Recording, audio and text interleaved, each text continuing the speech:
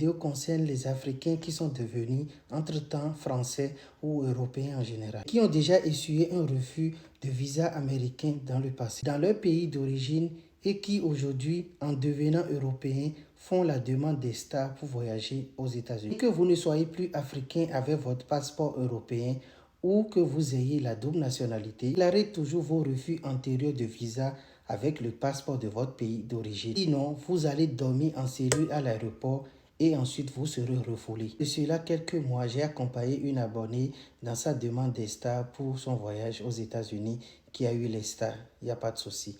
Mais il y avait une question où on avait demandé si dans les années passées, elle a eu un refus de visa américain. Elle a dit non. Or, il y a de cela 20 ans, quand elle était dans son pays d'origine, aujourd'hui elle est européenne, d'accord?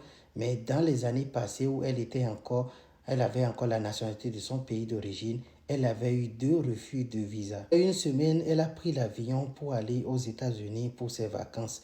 Arrivée à l'aéroport, on lui dit il faut des vérifications approfondies. Alors, elle a été amenée dans une salle pour qu'on lui pose la question. L'agent lui pose la question en lui demandant si elle est sûre que dans les années passées, elle n'avait pas eu un refus de visa américain. Elle a dit non, elle est européenne et tout.